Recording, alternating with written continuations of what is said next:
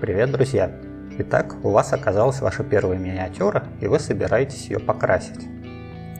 Первым делом потребуется снять детали миниатюры с литников.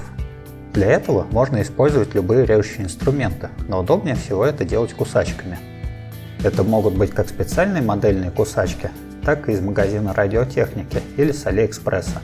Особой разницы между ними нет. Главное, чтобы они делали ровный срез, а не под углом. Теперь надо срезать остатки штырьков, которыми детали крепились к литнику. Здесь вам поможет модельный нож. Он также может быть специально модельным или обычным с Алиэкспресса. Разница между ними также незначительна.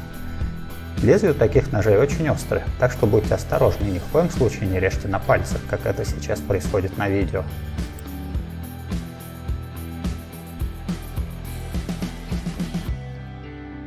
Также нужно зачистить облой. Это такие швы на деталях, которые образуются на стыке половинок форм при литье. Проще всего соскрести их все тем же модельным ножом. Пластиковые модели помягче. На них лучше пользоваться тыльной стороной лезвия, чтобы избежать случайных засечек. Из смолы и металла потверже. Их можно спокойно шкряпать и острой стороной. Еще можно воспользоваться наждачной бумагой или различными абразивными губками и полосками для маникюра, которые по сути та же наждачка, наклеенная для удобства на плотную основу. Главное, не берите слишком грубую. Маркировка зернистости должна быть примерно от 300 до 500. Стоит заметить, что к этому этапу надо подойти со всей ответственностью. Зачастую думают, да тут вроде совсем маленькая облоинка, после покраски будет совсем незаметно. Но на деле все наоборот. Покраска только выявляет все дефекты, поэтому постарайтесь зачистить фигурку как можно лучше. После того, как все детали зачищены, их можно обезжирить. Для этого их нужно вымыть в воде со средством для мытья посуды, либо протереть спиртом. Для пластиковых моделей этот этап не имеет смысла. Разумеется, за исключением случаев, если вы вдруг ели жирный чебурек и потом этими же руками хватались за детали. А вот для металлических, особенно смоляных изделий, он обязателен, так как остатки разделительных составов, которыми покрывают формы, могут доставить много проблем при последующей окраске. Теперь сборка. Смоляные металлические модели клеются цианокрилатом или, проще говоря, суперклеем. Лучше использовать его в гелевой форме, как момент гель. Пластиковые модели тоже можно склеить им, но лучше использовать специальные клеи для пластика. В моем случае это томиевский особо жидкий клей. Такие клеи немного подплавляют пластик, в результате получается как бы сварка. Просто наносим его на обе склеиваемые поверхности, прижимаем и даем схватиться. Не обязательно склеивать модель полностью. Очень часто бывает, что детали закрывают корпус и проще покрасить их отдельно и приклеить потом, чем мучиться, пытаясь подлезть под них кистью. У этого космодесантника я оставил отдельно руку с болтером и голову.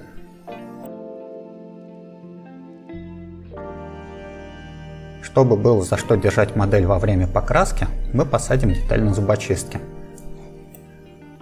Для этого берем маленькую ручную дрель и сверлим отверстия в тех местах детали, которые будут не видны после сборки. Если поверхность округлая, как здесь в случае с головой, можно предварительно наметить место модельным ножом.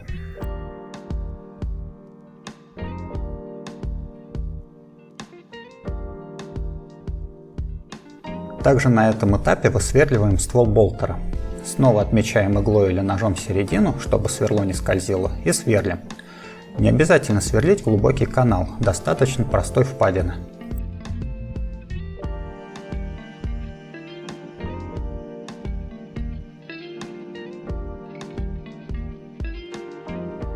Затем отрезаем от зубочисток с одной стороны острие и втыкаем в просверленное отверстие. Так как мы не сможем просто класть на стол деталь, на которой влажная краска, другой стороной втыкаем зубочистки в кусок пенополистирола или чего-нибудь еще, например, в картонную коробку. Чтобы последующие слои краски ложились лучше, сначала модель требуется загрунтовать. Бывают грунтовки как под кисть, так и в аэрозольных баллонах. Вторые лучше цепляются к моделям и, как правило, более доступны. Но не всякая краска в баллонах подходит для нанесения на модели. Она может быть слишком глянцевой, ложиться комками или слишком толстым слоем, или даже просто расплавить модель. Поэтому лучше предварительно поискать в интернетах отзывы о доступных в вашей местности красках и сначала опробовать их на куске литника. Здесь я использую серую краску Босни. Цвет грунтовки зависит от планируемого цвета модели. Если модель должна быть светлой и яркой, берем белую или серую. Если темной или тусклой, то черную. Перед грунтовкой баллон надо тщательно встряхнуть. Наносится грунтовка с расстояния сантиметров 20-25 короткими нажатиями на распылительную головку. Если модель будет слишком близко или вы будете слишком долго брызгать на нее с одной стороны, есть риск залить рельеф на модели. Также грунтовка выявляет косяки сборки. У меня на ранце выявилась небольшая царапина. Чтобы устранить подобные недочеты или швы, которые, например, образуются при склейке двух половинок стволов или плащей, используются различные замазки. Здесь я использую томиевскую эпоксидную шпатлевку. Просто наносим чуть с горкой, затираем, ждем пока полностью высохнет и удаляем излишки наждачкой. После этого, разумеется, на эту часть нужно вновь брызнуть грунтовкой.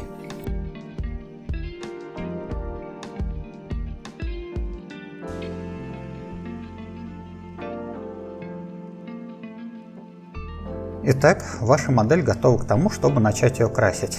Для этого вам понадобится несколько кистей и краска. Нужно 2 кисти из колонка с номерами 1 и 2, синтетическая единичка для металликов и плоская шестерка или семерка из щетины или синтетики для покраски подставки. Кисти можно найти в художественных магазинах. Главное, смотрите, чтобы кончики у всех, кроме плоской, были острыми. Краски нужны модельные, акриловые на водной основе. Фирма-производитель может быть любой. Цитадель, Ваеха, звезду мастера акрила Pacific 88 найти, пожалуй, проще всего. По большому счету они примерно одинаковые, хотя у каждой есть свои плюсы и минусы.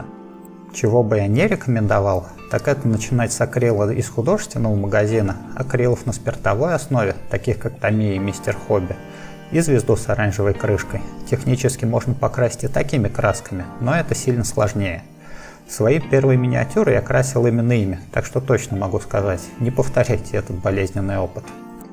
Еще вам потребуется палитра, на которой вы будете разводить и смешивать краску. Не обязательно сразу сооружать влажную палитру, хотя и в этом нет ничего сложного. Достаточно любого куска пластика или металла, например, крышки от контейнера или банки, или даже куска глянцевого картона. Главное, чтобы поверхность не впитывала воду. Также позаботьтесь, чтобы рабочее место было хорошо освещено, поставьте рядом емкость с водой и положите салфетку. Первым делом надо покрасить все части модели в базовые цвета, и начнем мы с доспеха. Берем краску, у меня это Ваеха Model Color Royal Blue, наносим ее на палитру, добавляем немного воды и смешиваем. Консистенция краски – это очень важный момент. Если краска слишком густая, она будет ложиться жирным слоем, на котором кисть оставляет борозды. Если разведена слишком жидко, то станет неукрывистой, будет растекаться по модели, затекая в углубление и высыхать пятнами.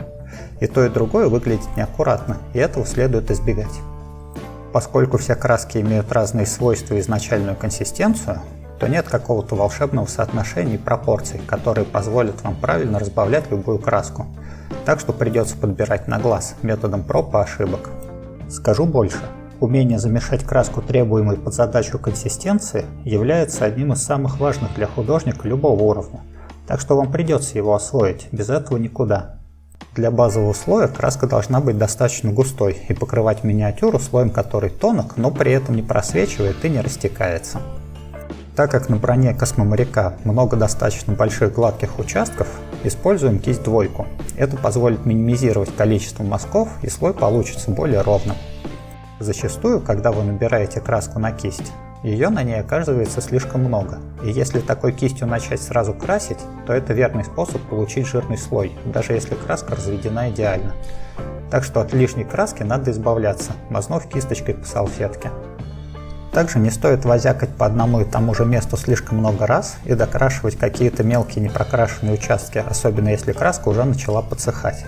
Велика вероятность, что вы сдерете полуполимеризовавшийся слой и образуется дырка, которую достаточно сложно закрасить. Лучше дождитесь полного высыхания слоя и тогда уже исправляйте огрехи. То же самое касается случаев, если краска легла недостаточно укрывисто. Ждем полного высыхания и потом исправляем. Еще не надо закрашивать те части, которые будут другого цвета. Если немного залезли на них, то ничего страшного, но специально делать этого не стоит. После того, как закончили с синим, черным прокрашиваем гофру на доспехе, пояс, болтер и прочие детали, которые должны быть черными, а также те, которые планируете потом покрасить серебристым металликом. Большой кистью мелкие детали красить сложно, поэтому меняем ее на единичку. В остальном все так же, подбираем нужную консистенцию краски, убираем излишки и аккуратно наносим. Краску можно сделать даже немного погуще, чем в случае с синей, чтобы она точно укрывала деталь за один проход.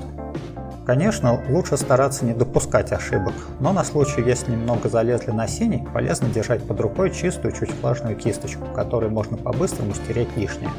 Если полностью стереть не получится, или сразу не заметили и краска уже засохла, не расстраивайтесь, можно снова взять синий и просто закрасить огрехи.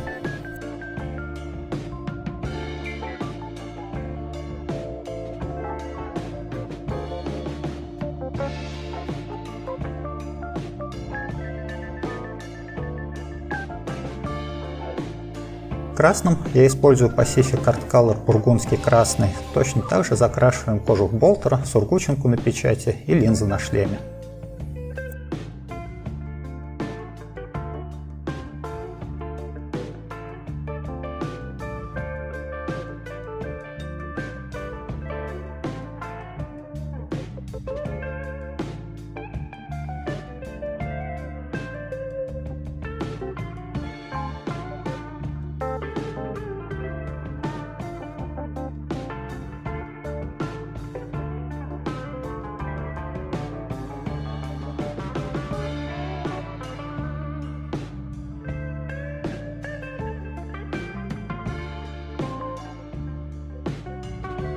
Берем красно-коричневый, здесь это Pacific 88 шоколадный коричневый, и делаем подложку под золотой металлик на окантовке наплечников и аквиле на груди.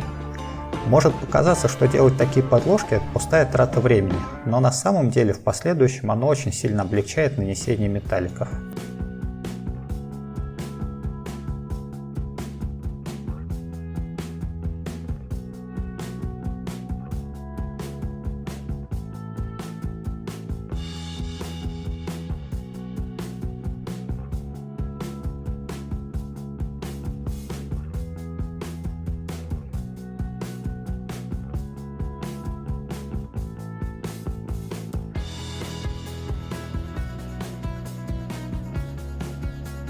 Желтовато-коричневым, в данном случае это Pacific Art Color бежево-коричневый, красим кобуру и подсумки.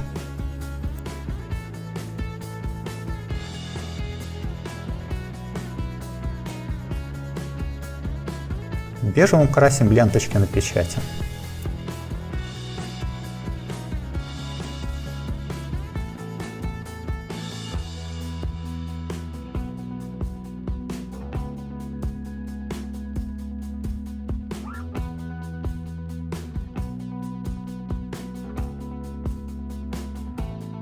Теперь, когда нанесены базовые цвета, надо добавить миниатюре объема и контрастности.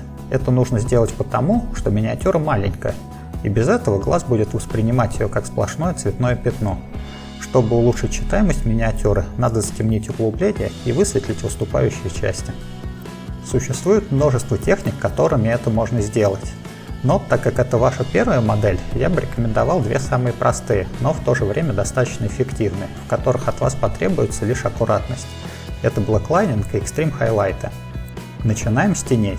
Blacklining – это обводка темным цветом отдельных деталей. Она позволяет визуально отделить части одну от другой, что поможет глазу различить их на миниатюре. Несмотря на название, цвет обводки не обязательно должен быть черным, а просто заметно темнее основного цвета. На желтом или белом использовать черный будет перебором. Для желтого лучше взять коричневый, а для белого серый, бежевый или серо-голубой. Итак, обводим черным детали доспеха и прокрашиваем расшивку. Также отделяем кобуру и подсумки. Краску разводим чуть пожиже, но обязательно убираем излишки с кисточки, чтобы она не растеклась по миниатюре.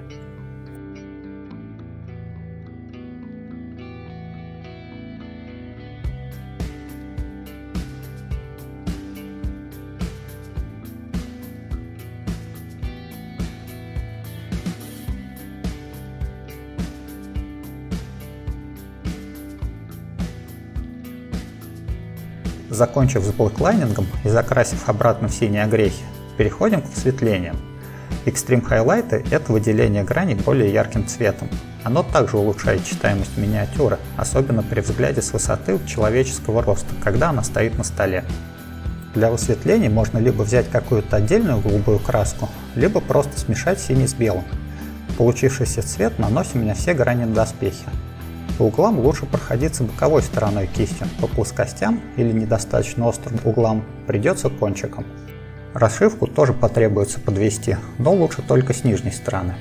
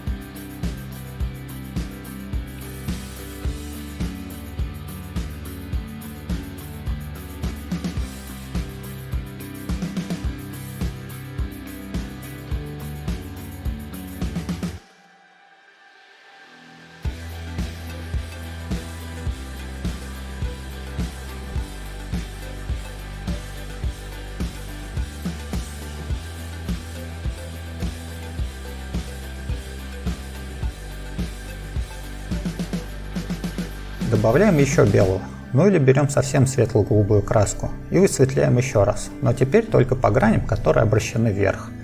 Кроме того, теперь делаем высветление короче и уже.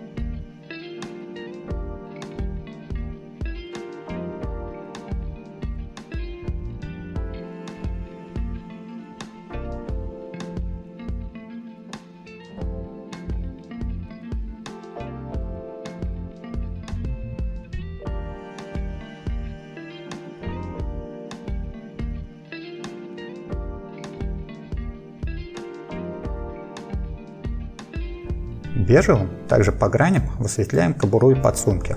Еще можно нашкряпать на них пересекающихся штришков.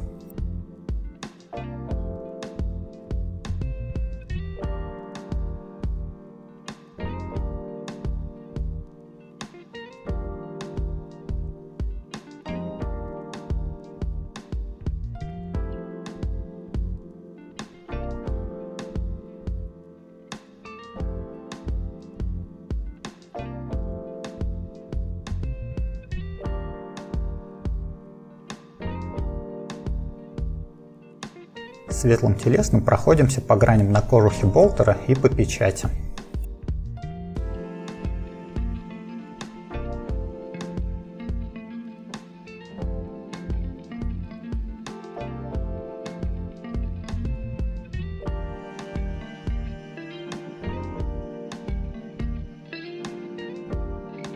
На ленточках печати черным изображаем условный текст.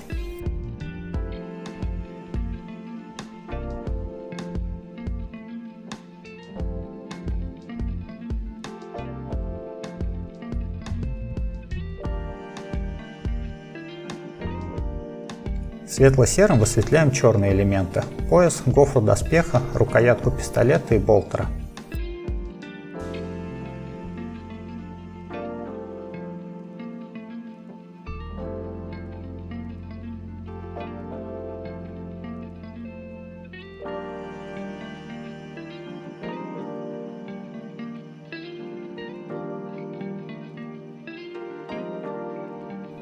Закончив с высветлениями, можно разнообразить миниатюру фрихендами.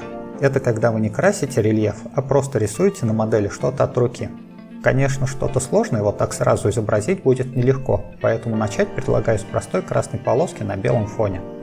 Первым делом закрашиваем наколенник светло-серый. Дело в том, что перекрыть синий белым будет сложно, поэтому нужна такая подложка.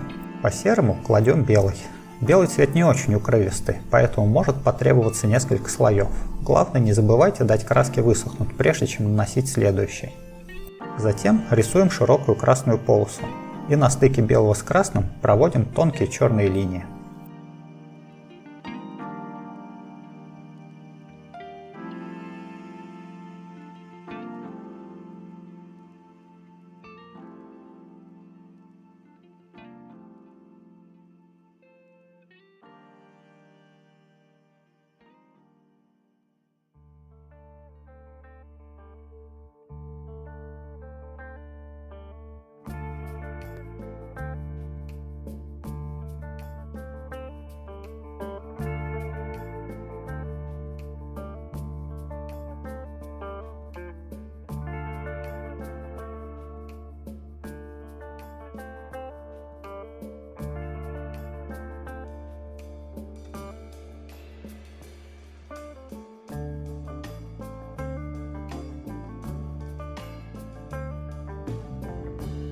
Красим линзы. На них уже нанесен слой красного, поэтому следующим этапом ставим на линзу две белые точки, которые ближе к переносице должны быть побольше, которые дальше поменьше. Затем ту, которая побольше, покрываем полупрозрачным слоем красного. Это сымитирует градиент, та, что поменьше, отображает блик.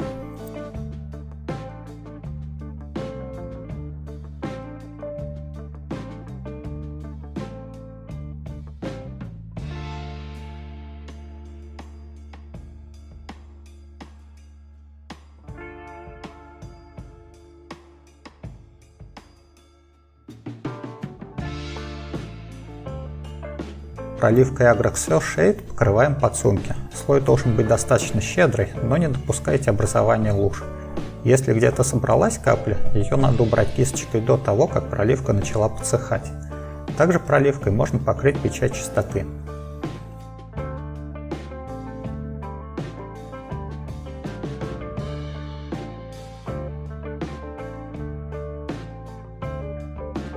После того, как проливка высохла, можно нанести на модель лак. Лакировать можно как кистью, так и из баллона. Главное, убедитесь, чтобы лак не был глянцевым и не убивал краску. Если вы его никогда раньше не использовали, обязательно сначала покрасьте ненужный кусок литника и протестируйте на нем. Это вообще универсальное правило при работе с любой незнакомой химией. Лучше потратить 5 минут на тест, чем потом заново перекрашивать модель с нуля. Здесь я использую матовый лак в баллоне Босни. Наносится он так же, как и грунтовка, с расстояния 20-25 см короткими пшиками. Далее наносим металлики. Начинаем с Pacific 88 темная сталь. Металлики лучше наносить синтетической кистью, поскольку пигмент в них очень сильно пристает к кланку, в результате чего через достаточно непродолжительное время простое споласкивание его уже не убирает. Кисть распушается, красить становится неудобно и приходится идти мыть ее под краном. Да и срок службы кисти заметно снижается. Еще нужно учитывать, что металлики крайне чувствительны к разбавлению. Зачастую, особенно если вы красите мелочевку, их можно вообще не разбавлять. Главное, не берите на кисть сразу слишком много, не забывайте убирать об салфетку лишнее и хорошо растирайте их по поверхности детали.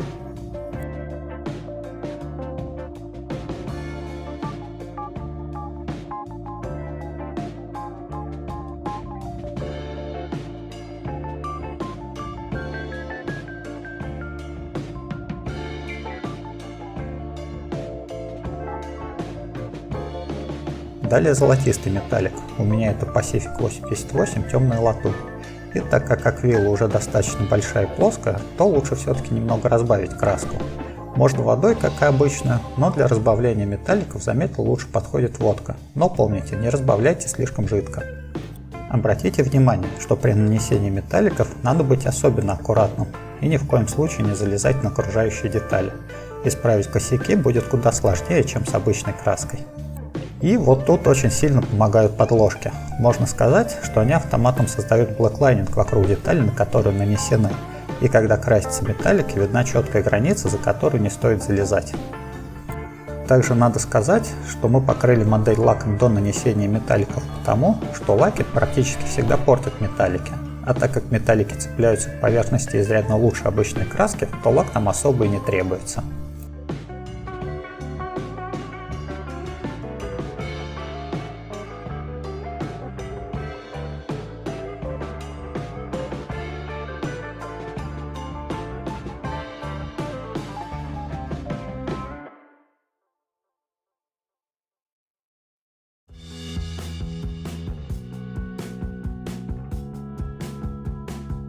После нанесения металликов берем проливки. 0,0 покрываем все серебристые металлики. Проливка затечет в углубление и автоматически все затенит. Главное, не допускайте образования луж.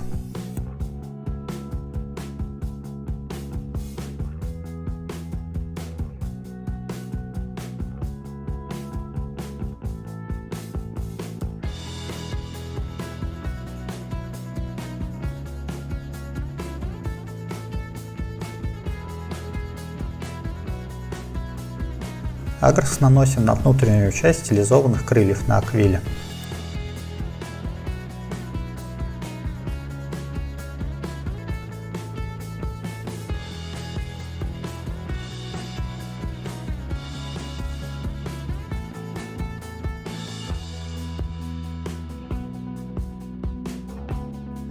Когда проливка высохла, берем светлый металлик, тут используем Pacific 88 темное серебро, и высветляем грани. На цилиндрических частях, например на стволе, проводим по всей длине достаточно широкий блик.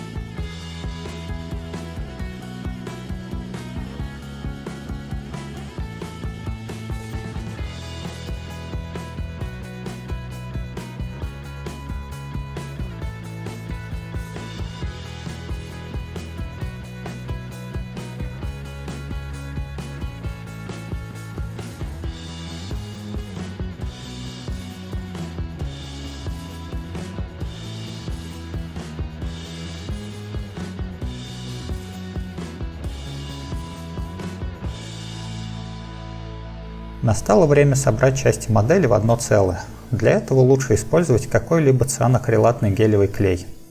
Сначала на сухую примеряем деталь, потом наносим немного клея, соединяем детали, прижимаем и ждем пару секунд.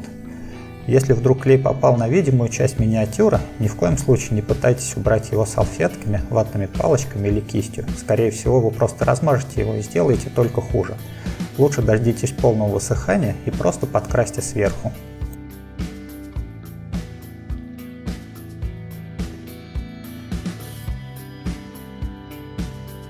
Посмотрев на модель в сборе, я решил, что Space Marine все-таки очень сильно недостает декали на плече. Поэтому вырезаем декаль, мажем ее жижей для размягчения декалей, ждем, когда она начнет двигаться на подложке, мажем той же жидкостью наплечник, сводим на него декаль, позиционируем, разравниваем и убираем лишнюю влагу. Затем наплечник покрывается кистью матовым лаком.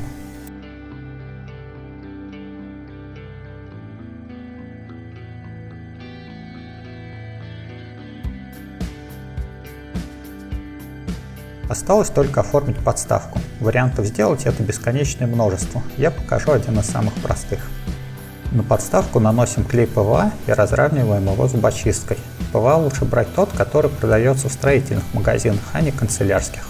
Берем емкость, в которой находится смесь разнокалиберного песка и мелких камушков, и тыкаем в нее подставкой с клеем. Убираем с боков излишки и оставляем сохнуть. Когда клей высох, убираем плохо приклеившиеся песчинки старой зубной щеткой.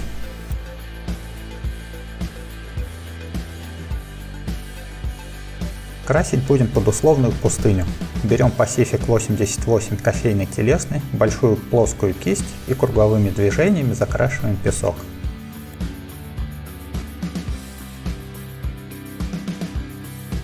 Высветлять подставки удобно техникой, которая называется Dry Brush или сухая кисть. Берем на кисть бежевую краску, стираем большую часть об салфетку и тем, что осталось, шкряпаем по подставке. Так как краски на кисти совсем немного, она остается только на выступающих частях. Добавляем бежевый белый и получившимся светло-песочным снова драйбрашем подставку, но делаем это нежнее, чтобы осталось не так много краски.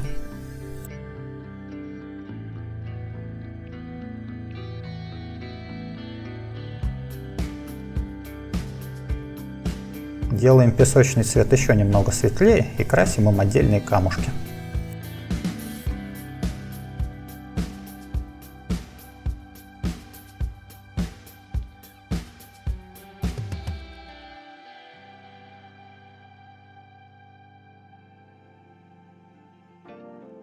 Для разнообразия на суперклеем подставку клеим пару пучков модельной травы.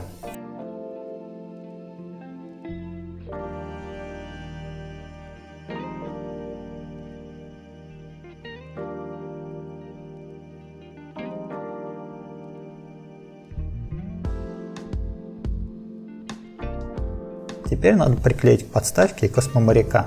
Можно просто приклеить его на суперклей, а можно для большей надежности посадить его на штифт. Конкретно на этой модели штифт опционален, но бывают модели в динамичных позах, которые, например, стоят на одной ноге, и там без штифта не обойтись.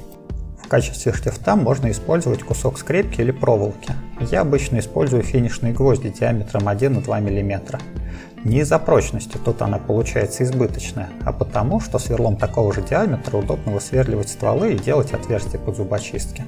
Отверстие под штифт в ноге космодесантника у нас уже есть, поэтому просто вклеиваем туда штифт и срезаем лишнее.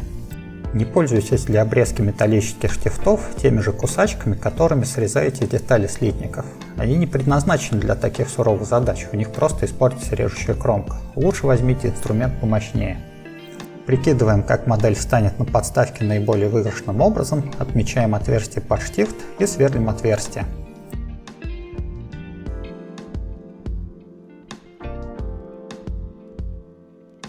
Приклеиваем десантника к подставке.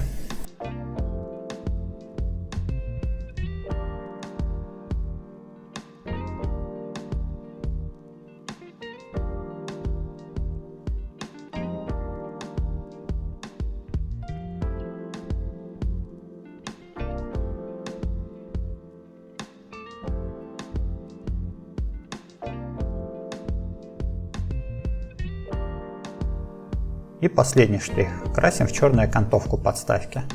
Не стоит пренебрегать этой деталью, поскольку даже хорошо покрашенная модель, у которой грязный в потеках краски ободок, сразу смотрится сильно хуже.